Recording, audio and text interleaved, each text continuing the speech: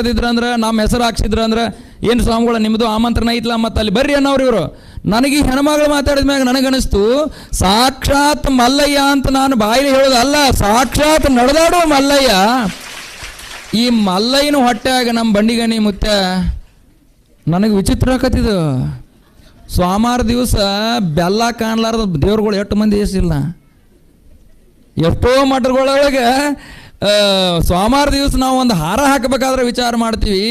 ಪ್ರತಿ ಸೋಮವಾರ ದಿವಸ 12ನೇ ಶತಮಾನದಲ್ಲಿ ಬಸವಾದಿ ಶರಣರು 1,84,00,000 ಗಣಗಳಿಗೆ ಏನು ಪ್ರಸಾದ ಮಾಡಿಸಿದ್ಲ ಅಂತಹ ಒಬ್ಬ ಬಂಡಿಗಣಿ ಬಸವಣ್ಣ ಅಂದ್ರೆ ನಮ್ಮ ದಾಸೋಹ ಚಕ್ರವರ್ತಿ ಬಸವಣ್ಣ.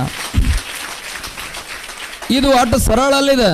ಯಾರು ರೊಕ್ಕ ಕೊಟ್ರೆ ಈ ಜಗತ್ತಿನಾಗ ರೊಕ್ಕ ಕೊಟ್ರೆ ಬರೋರಿಲ್ಲ. ಈ ಜಗತ್ತಿನಾಗ ಯಾರು ರೊಕ್ಕ ಗಳಿಸ್ಬೋದು, ಭೂಮಿ ಗಳಿಸ್ಬೋದು, ಈ ಜಗತ್ತಿನಾಗ ಏನು ಬೇಕಾದ್ರೆ ಗಳಿಸ್ಬೋದು.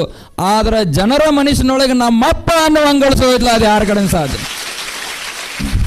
ನಮ್ಮಪ್ಪ ನನಗೆ ಪ್ರಾಣ ಕೊಟ್ಟ, ನಮ್ಮಪ್ಪ ನನಗೆ ಬದುಕು ಕೊಟ್ಟ, ನಮ್ಮಪ್ಪ ನನಗೆ ಜೀವ ಕೊಟ್ಟ ಅಂತ ಹೇಳ್ತಾವಲ್ಲ ಈ ಜೀವಗಳು, ಇದು ಅಷ್ಟು ಸರಳದಾಗದಲ್ಲ.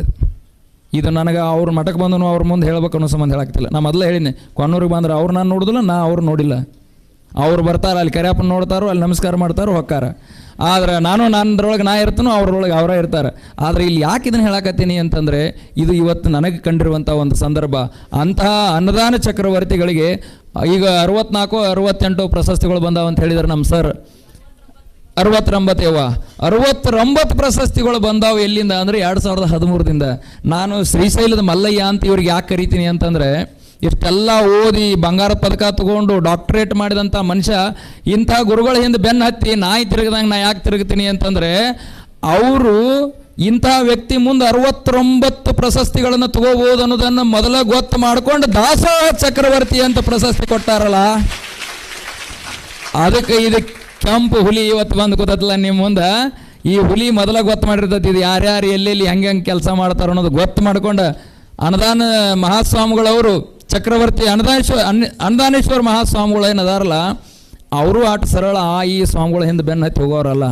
ಇವ ನಮ್ಮಪ್ಪ, ಇವ ನನ್ನ ದೇವರು ಅಂತ ನಮ್ಮ ಗುರುಗಳು ಬೆನ್ನು ಹತ್ಯಾರ ಅಂತಂದ್ರೆ, ಇದು ಅಪ್ಪ ಮಕ್ಕಳ ಸಂಬಂಧ ಎಷ್ಟು ಚಲೋ ಐತೆ ಅನ್ನೋದು ನೀವೆಲ್ಲ ಇದರೊಳಗೆ ಅರ್ಥ ಮಾಡ್ಕೋಬೇಕು. ಇಂಥ ಮಹಾನುಭಾವರು ನಿಮಗೆ ಗೊತ್ತಿರ್ಬೇಕು. ಗುರುಗಳು ನೋಡಕ್ಕೆ ಶ್ರೀಶೈಲಕ್ಕೆ ಬರ್ತಾರೆ ಎಲ್ಲರೂ.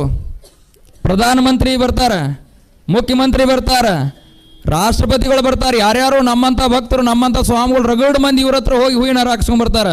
ಆದ್ರೆ ನಮ್ಮ ಅನ್ನದಾನ ಮಹಾಸ್ವಾಮಿಗಳು ಅವರು ಎಂಥ ಭಕ್ತಿ ಮಾಡ್ತಾರೆ ಅಂದ್ರೆ, ಸಾಕ್ಷಾತ್ ಮಲ್ಲಯ್ಯನ ಅವ್ರಿಗೆ ಬಂದು ಹಾರ ಹಾಕಕ್ಕೆ ಬಂದಾನ ನೋಡ್ರಿ.